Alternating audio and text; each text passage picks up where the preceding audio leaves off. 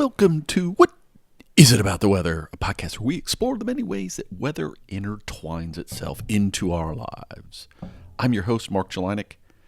This week, how powerful are weather words? We'll get to that in a bit. Let's talk a little weather. Not too much, just a little. Nor'easter. Now, that's a weird word, isn't it, even in of itself? What is that really? Well, it's a description for a particular area in the United States, the Northeast, obviously, nor'easter.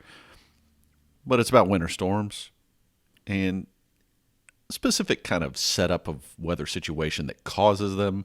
And I guess you could even say it's not just the U.S., it's really northeastern North America, includes Canada. But the long and the short of it is it's conditions that lead to a meaningful winter weather event. Because technically a nor'easter it doesn't have any specifics around it. But, think a foot of snow, maybe. Think almost tropical cyclone or tropical storm force winds and greater. So did I have one? Did it happen? Yes, this week. We had an event that would definitely qualify as that. Some places got quite a bit of snow. Saw some reports of up to between 3 and 4 feet. Saw really neat. I got to find the link. Hopefully I'll find it, put it in the show notes. One of my meteorologist friends passed along a Twitter kind of time-lapse video. It wasn't theirs. It was somebody else that they had seen. And it was really neat because it was set up in this person's backyard. It's like a security camera, if you will, on the back of their house. And they have a lot of evergreen trees in the back. There were two things about the video that were sort of interesting. The other thing, they have like a deck, off the back of the house where they could sit out and, patio, have barbecue, whatever it is.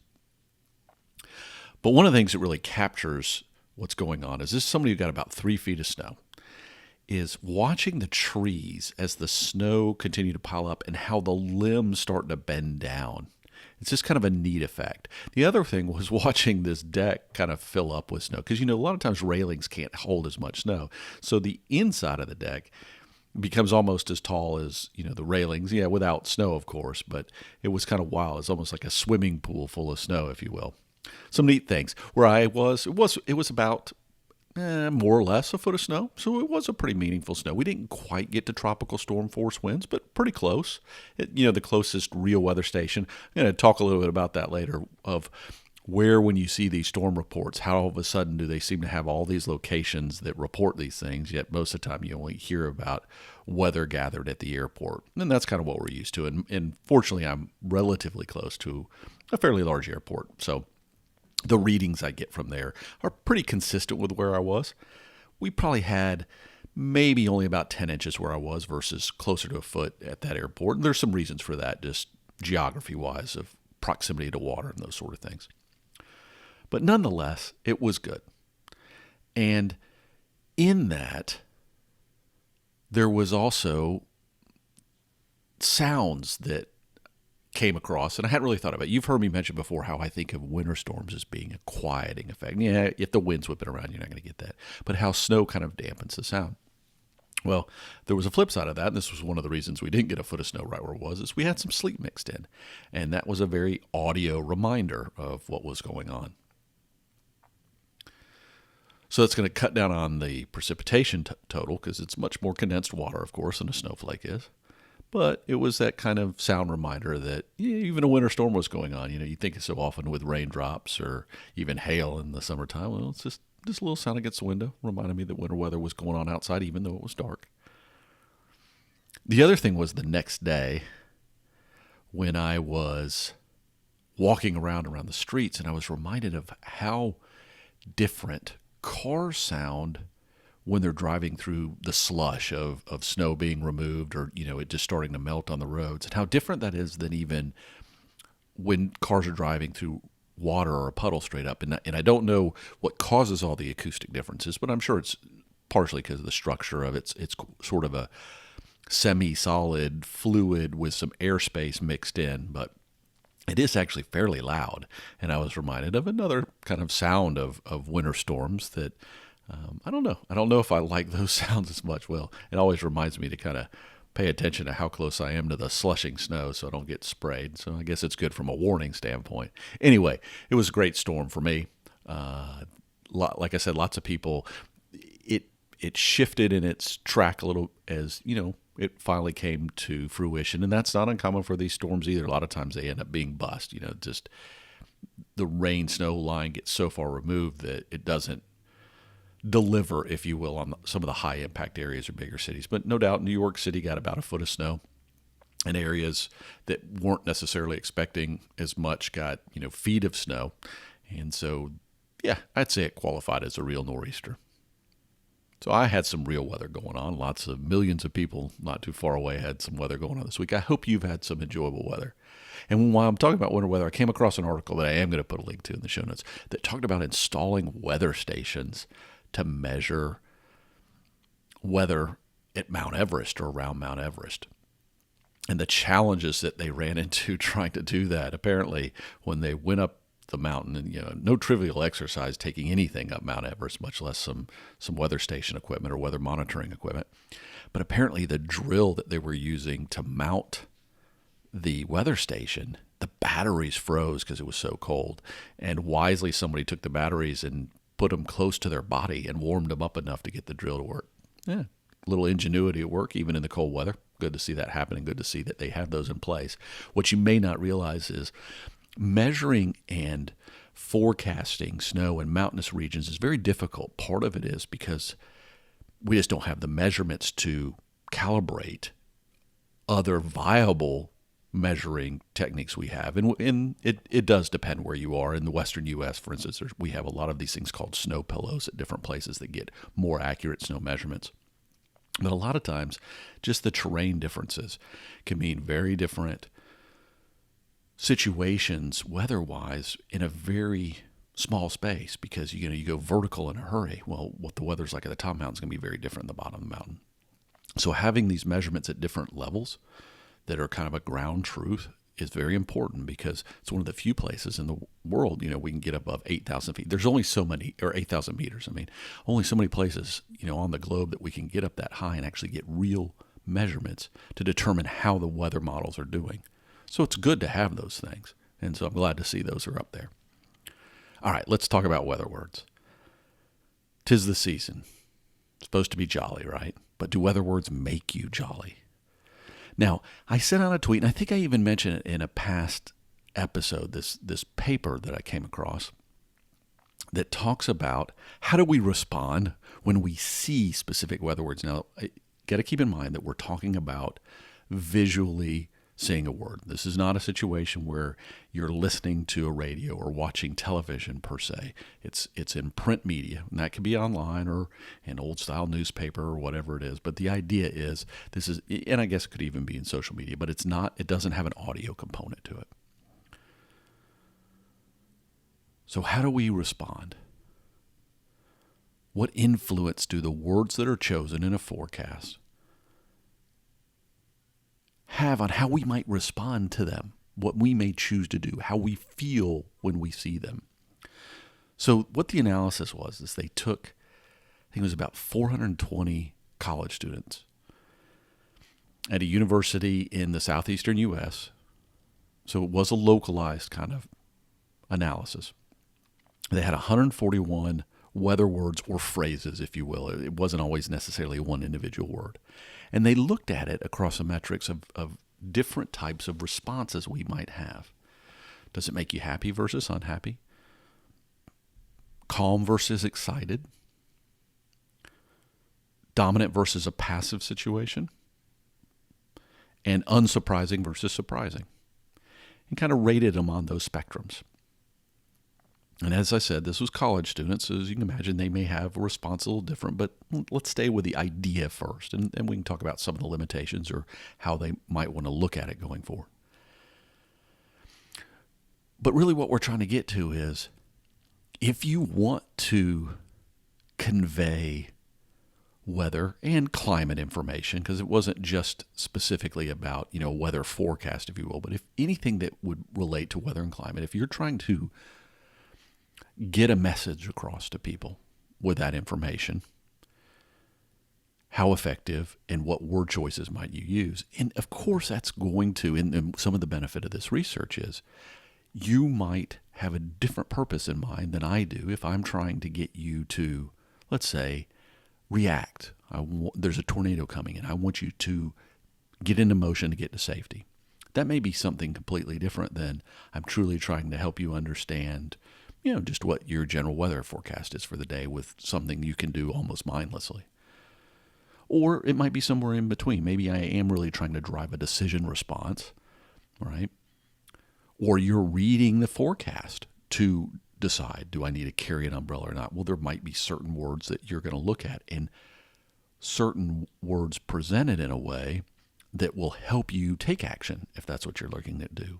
And maybe certain words that you choose not to. And I'm going to put a link to the paper in the show notes so you can go and read about what they did, because they took each one of these phrases and, like I said, they put them on each of these spectrums. And what you get a sense of is how each one of them might be best used depending on what that outcome or that goal is that the communicator might have. Right? But I think what was particularly interesting is they kind of found that weather words fell into 3 different groups. So one of them is fair weather, weather that's going on, but maybe it's not something that would drive you to feel like you needed to avoid it. Might be just the opposite, weather that you could plan on doing things that you enjoy doing, particularly outdoors where weather might be an influence. Then there was inclement weather, something that is going to be wetter or less favorable for doing certain activities. And then, of course, there was severe weather, weather that really might need to drive a time-sensitive response, if you will. And by grouping them into the different categories, you can get a sense of how people generally, and again, everybody's a little different. Not everybody's going to fall exactly into it. I mean, the goal with any type of communication is the more people that you can collectively have in a process and reach your goal, that's ideal, right? It's not always going to be full 100% conformity or anything, but the closer you can get to that, the better.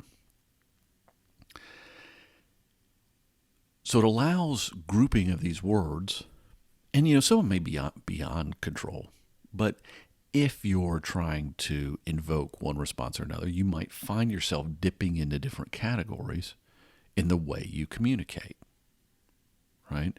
If you need to communicate something about a tornado that is informative, you're not going to want the word warning with it necessarily unless you're trying to help people understand. But tornado warnings might invoke a certain response, whereas just the word tornado may not. This may not be the best example, but as you can imagine, if someone is interested in learning about how tornadoes form or be educated about what a tornado really is, they can do that in a way that's not consistent with somebody that needs to act because they've got one mile down the road that they need to take safety measures to avoid or to protect themselves from. And I think there's some relevance here that it could even play into artificial intelligence or machine learning in terms of how non-humans can more effectively convey weather data in automated forecasting systems, which they exist. I mean, these pools of descriptive terms, and you can imagine that basically a computer can go and say, okay, we've got these things that are showing up on the screen. How do I convey to the human population what it is we're trying to get across? Right? And again, maybe also the source of who is trying to convey what type of emotionally based response, because in the end, words have that impact on us, whether they're weather words or not, right? You think about anything you do during the course of the day, and it can be weather, it can be financial markets, it could be politics, it could be sports. And we all know that we hear certain people that maybe that's their shtick, right? That are trying to drive an emotional response. And they've probably tuned their vocabulary that they can take something that may seem boring at some level and make it particularly interesting because they're trying to grab you and hold on to you. And this might help them identify, so, not always necessarily a good thing, I guess, particular words to get you to react in a certain way. Now, I think it's important that, putting all this aside, and let's say that we have these great buckets and it helps all these people communicate wonderfully about weather in the appropriate manner, that this group of people was 420 college students. It was more male than female, and I think the breakdown was it was more white than any other racial group was presented. And it was at a college that is located in the southeastern U.S. Yes, that college is a major university, and yes, they probably have people from all over the U.S. that were included. Probably not a large global representation. Certainly only English speakers were probably, or English being at least a understood language for whoever was being surveyed. But when you look at it, they talked about that. They talked about, hey, maybe certain demographics weren't represented from a geography standpoint, right? So maybe people that are used to snow or people that aren't used to snow, because snow was one of the ones they found was interesting. Snow, even though it was an inclement weather thing in theory, that snow and snowy weather actually was in the fair category. And this probably has to do with people like me being interested in snow, right? And maybe want to be out in the snow or enjoyed the thought of snow days. So it had a nostalgic, I think that was even the word they used, a nostalgic sort of reference to it.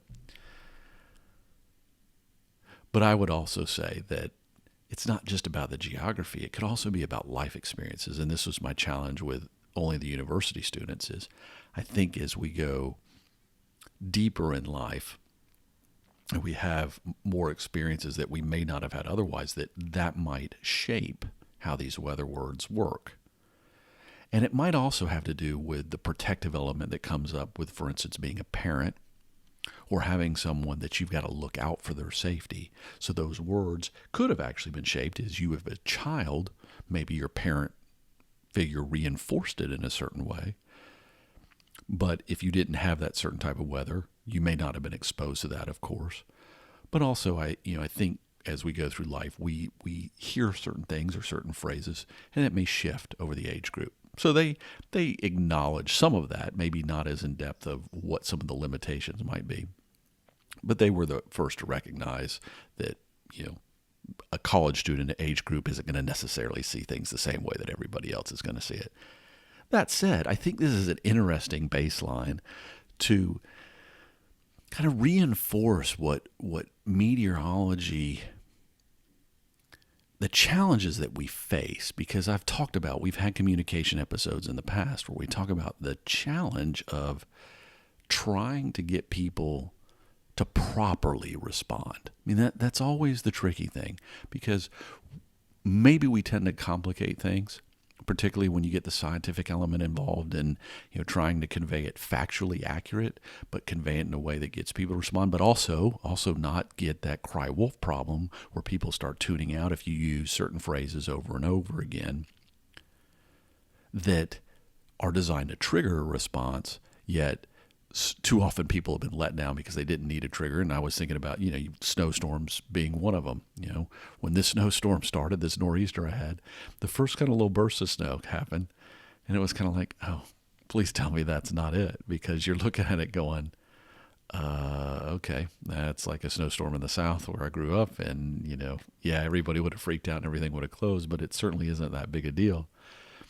And, of course, it didn't finalize that way. But that's the sort of thing. If that's all the snow I got, and everybody around would have been really angry that things got closed down, and that's not a trivial thing. I mean, it's all the cars are getting towed that are improperly parked and things like that to try to make sure that, people are able to get around. And, in retrospect, it ended to be the right call, right? But there have been plenty of times where it's not. So how we communicate to those people, emergency managers, might be very different than a set of college students as well, because they need to react in a certain way. Now, they're going to be trained to look for more data, of course, or hopefully they are. But even that initial thing is we need to make sure that maybe different forecast types, as I said, are using a different collection of words. And maybe that's the challenge, right? Or maybe it's the connecting words around these weather words that are more important. And I've mentioned this before when I was talking about likely versus probable versus different descriptors that we use, that paired with the weather words are probably important. And maybe someone, we should be looking at that as well. It's a very tricky topic, but all of it's very interesting to me. And I, as I mentioned even earlier, I'd be curious to see also how we respond when we hear those weather words, or when we are in a video standpoint where we hear it and maybe the background graphics, what are associated with the words and the forecast and all that, and how all that comes into play. Yes, there's challenges in trying to evaluate all that, but these are first steps. But I do think it's an interesting approach to kind of take a topic like meteorology, because I think you could do it with any field, and say, if we're trying to drive certain types of responses or categorize things in a certain way, how do we most effectively do that? So kudos to them. And it definitely was an interesting paper. So it's accessible online. I'm going to put a link in the show notes. And like I said, there's a table about what the words were. Take a look at it. And that kind of grouping of the words, it's also, there's a nice little diagram that puts that together. So even without having to read the whole article, you can get a sense of what's going on. You can kind of flip through and just go to the tables and the graphics if you don't want to read through the details. I always tell people when you're reading a scientific paper, probably the best thing to do is read the abstract up front. And usually those are online available, even if the paper itself isn't readily available. And if there's a conclusion or a discussion section at the end, also go through that, because you can kind of get the key points. Yeah, you may miss a little bit of the detail, but for most people who aren't going to build on that research or aren't going to be getting into in-depth, but are more maybe users of the information, that's probably enough. So take a look. I think you might enjoy it. All right, going to let you go. Many of you are probably shopping right now, getting ready for the holidays, that time of year, so I don't want to hold you up too much, but I'm going to leave you with a couple pieces of information.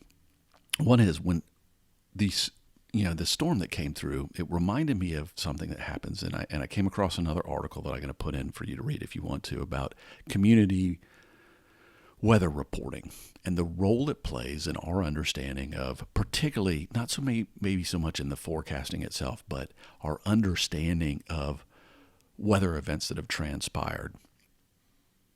But it can also influence our kind of our real-time understanding or near-term understanding of what's going on with the weather.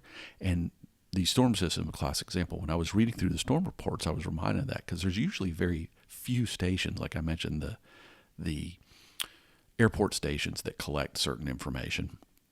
But we actually have these larger community groups that, whether it's someone who's trained in observing weather or whether it's part of a very formal network, and there are a few of these, that actually essentially report the weather every day. And it's from more than just the airport, so it fills in the gaps. Now, I've talked about phones and other devices that are going to be providing all sorts of weather information, but snowfall is one that does remain tricky, right? Because it can vary so much in little bands.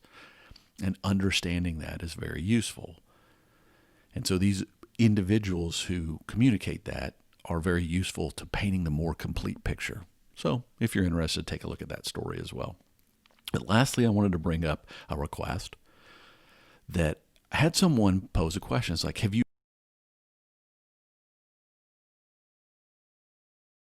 ever talked about the smell of weather? Or have you done any episodes on that? Now, I mentioned to them that I have done, back when I was doing the videos at the very beginning, and I'll put a link in the show note to that episode up on YouTube, about the smell of rain, right? And the specifics about what drives that smell. But they brought it up with snow. So I'm curious, because I can do a more in-depth episode. I'd be glad to do it. If you have other kind of weather-related smells, right, or things that you associate with a certain type of weather, please pop me a note. What is it about the weather at gmail.com? Let me know, because I'd like to fill out that episode, because I think I'm going to need to broaden it beyond just the snow component. I mean, I could delve into that. I don't want to just drive everybody crazy. Too much snow focus probably lately anyway, so I do want to make it broader than that. So if you have something, smells, weather, pop me a note. Let me know. whatisabouttheweather@gmail.com. Or you can hit me up on Twitter as well. You can send me a message there. What is about the weather? Or Mark_Jelanic. You can pop me either one of those on Twitter. I'll take it either way. But until next time, may your winter weather, your summer weather, your gloomy weather, your bright weather, your fair weather, your inclement weather, your severe weather, may they all drive a situation where you never really thought about the connection between weather and life. Because they're out there, and there's new ones we're talking about all the time, and they happen every single day. But it's when the aha moments happen that we go, oh yeah, hadn't really thought about that before, that are, to me, the most interesting. And why we talk about them here. And it's all because there's much more to weather than the weather itself.